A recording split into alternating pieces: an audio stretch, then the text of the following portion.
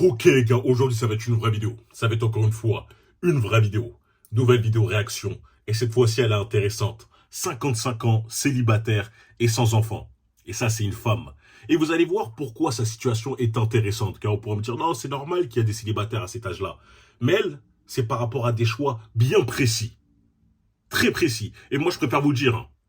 Je suis pas dans les émotions, je suis pas dans la gentillesse, je suis pas dans oh la pauvre, etc. Parce que quand tu vois des commentaires comme ça, moi ça me fait rire.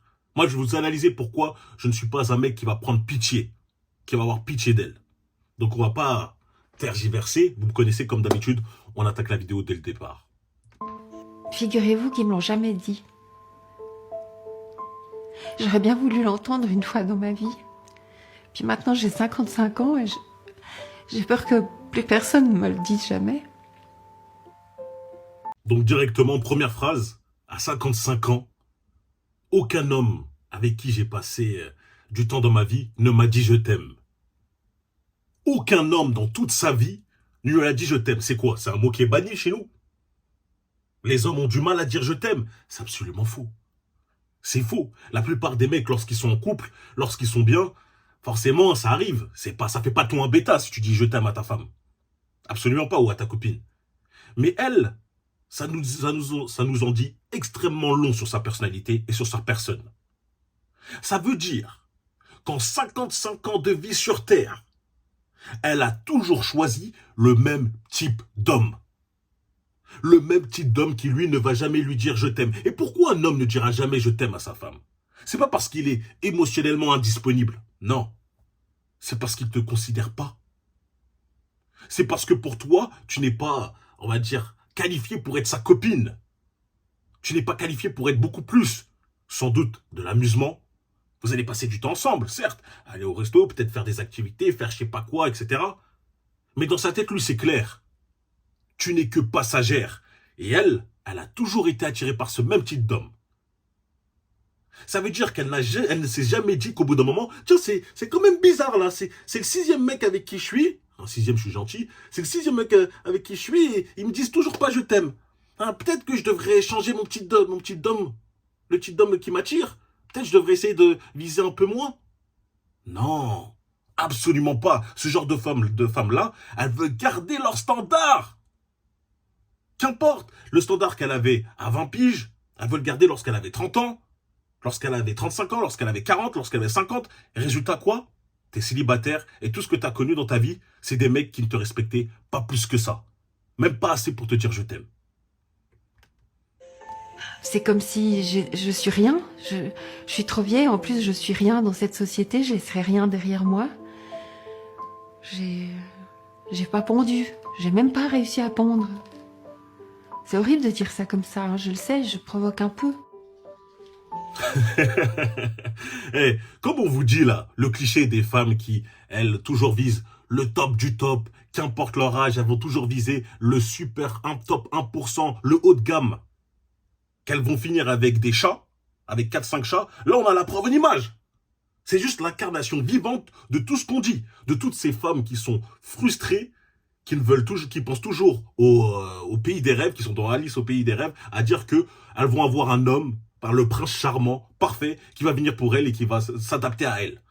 Qu'importe qu'elle fasse des efforts, qu'importe ses critères, qu'importe qu'elle vieillisse, qu'importe, etc., etc., qu'importe ce qu'elle fait dans sa vie, son passé et tout, il y aura un homme charmant qui va venir. Non, vous vous trompez de rêve. Le prince charmant, c'est ton chat. Ce sera lui. Donc l'avantage, c'est que tu pourras en avoir plusieurs, mais il n'y a que lui qui t'attend. Si tu ne changes pas ta personnalité, si tu ne changes pas, on va dire, tes critères, lorsque tu vois que ça ne fonctionne pas. Les gars, je vais prendre un exemple, parce que, imaginez, pour que vous compreniez mieux, imaginez qu'un mec est SDF. Il est SDF, il vit dans la rue, et toute sa vie, il se dit, moi, je mérite d'être avec un top modèle. Top modèle de Victoria's Secret, moi, je mérite que ça. Toute sa vie, il essaye, il n'arrive pas. Est-ce que vous allez avoir pitié de lui? Est-ce que vous allez dire, oh, le pauvre, aucune top modèle a réussi à venir le voir et sortir avec lui et lui dire je t'aime. Non, vous allez dire qu'il est stupide. Vous allez dire qu'il est fou. C'est la même chose avec elle. Et avec elle, c'est pire. Pourquoi c'est pire? Les gars, les femmes naissent, je vais prendre une analogie qui est simple, les femmes naissent comme si elles étaient millionnaires. Elles naissent comme si elles étaient millionnaires. C'est-à-dire, c'est comme si, rien que par leur naissance, par le fait d'être là, on leur donne 1 million. 1 million d'euros. Et dans toute leur vie, ce qu'elles doivent faire, c'est capitaliser sur ce 1 million d'euros. Donc il y en a certaines qui vont réussir à investir sur elles-mêmes, faire fructifier cet argent, etc. Trouver des bons partis, c'est ça, entre guillemets, le parallèle que je fais. Et t'en as d'autres qui, elles, disent « Ah, je suis millionnaire sans avoir rien fait, donc je vais continuer à vivre comme ça. De toute façon, l'argent est infini. » Mais non. À la fin, t'arrives à 30, 35 ans, tu vois que t'as plus ton argent, t'as perdu ton million, mais tu dis « Non, je veux quand même vivre dans le même mode de vie que j'avais lorsque j'avais 20 ans. » C'est absolument mort. C'est terminé. Donc, il faut que ces femmes-là comprennent qu'elles doivent capitaliser sur leur force. Leur force, c'est leur féminité, leur jeunesse. Et là, elle, quand je la vois, elle a 55 ans, elle n'est pas dégueulasse. Elle a 55 ans, voilà, pour une femme de 55 ans, elle n'est pas moche. Mais je veux dire que ça veut dire dans sa jeunesse, elle devait être largement très bien. Elle devait pas ça, même très bien, plus que passable. C'est juste le résultat de ses choix. Résultat de toutes les pensées qu'on leur a mis dans leur tête, ne t'inquiète pas, il y aura toujours un autre mec à la fin qui va t'attendre. Oui, le mec qui va t'attendre, c'est Billy. Coucou, je suis là, c'est bon, t'es prête pour moi? Mais elle ne veut pas de Billy. Elle ne veut pas. Donc elle préfère rester encore toute seule. Et être avec des hommes qui, encore une fois, vont juste l'utiliser comme un objet. Et ça, c'est pour elle que je dis ça. Là, comme moi, quand je vois ça, j'ai pas de pitié. Quand je vois les commentaires, ah, mais la pauvre, elle a encore de l'avenir devant elle et tout. Ouais, c'est ça.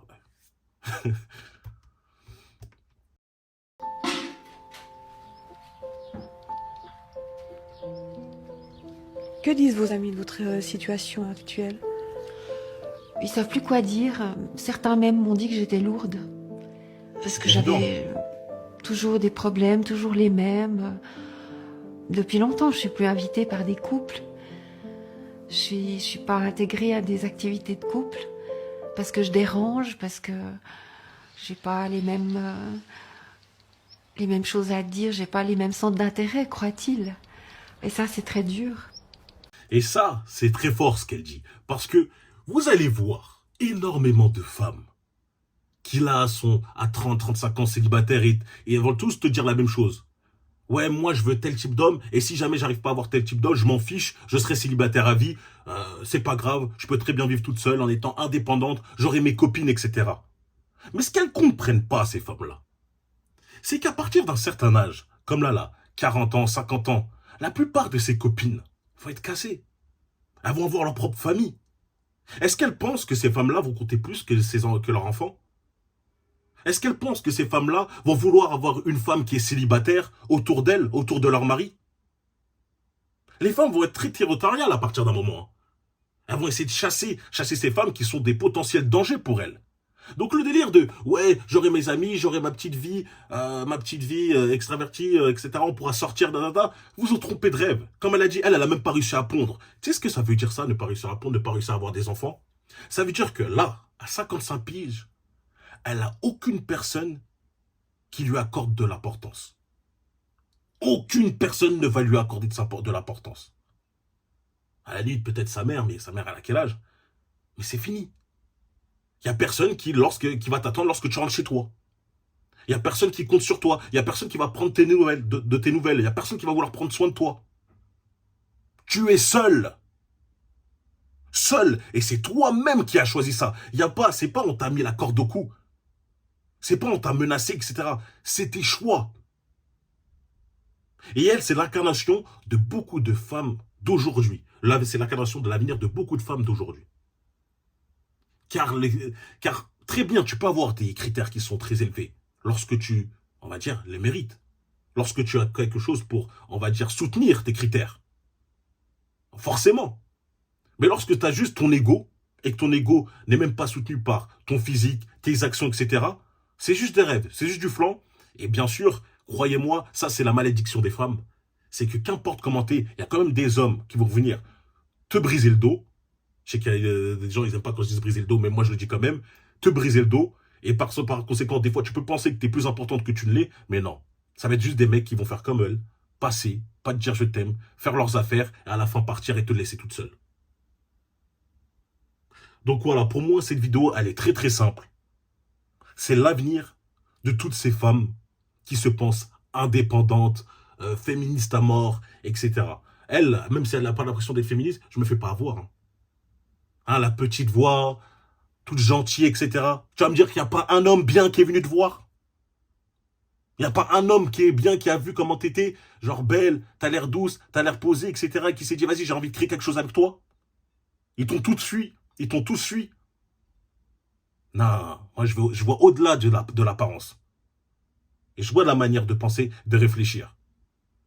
Et je pense qu'elle a dû être très très prise de tête. Et elle a l'air d'être en fait une femme de 55 ans qui réfléchissait comme si elle en avait 20. Résultat, on le voit. Mademoiselle Achat. Une femme achat. Et comme je dis, hein, croyez-moi qu'il y en a beaucoup qui vont finir comme ça. C'est pas pour me faire plaisir. Moi, carrément, quand je vous l'ai dit, ça m'apporte très peu. Mais je préviens juste. Enfin bref, c'est une vidéo qui était assez courte, assez simple. Je l'ai mis sur Instagram, il y a beaucoup de personnes qui m'ont dit « Ouais, ce serait cool que tu fasses une analyse sur ça. » Donc je l'ai fait avec plaisir. Dites-moi si vous êtes plutôt d'accord avec ce que je raconte ou non. N'oubliez pas le commentaire « For Real » pour le référencement. On se retrouve aussi très très vite. Vous abonnez, likez et partagez. Et me suivre sur Instagram si vous voulez aussi participer à ces votes pour voir si je dois faire quel type de vidéo réaction ou m'envoyer des vidéos réactions pour que je puisse tout simplement faire des vidéos. On se retrouve très très vite les gars. Et allez, peace.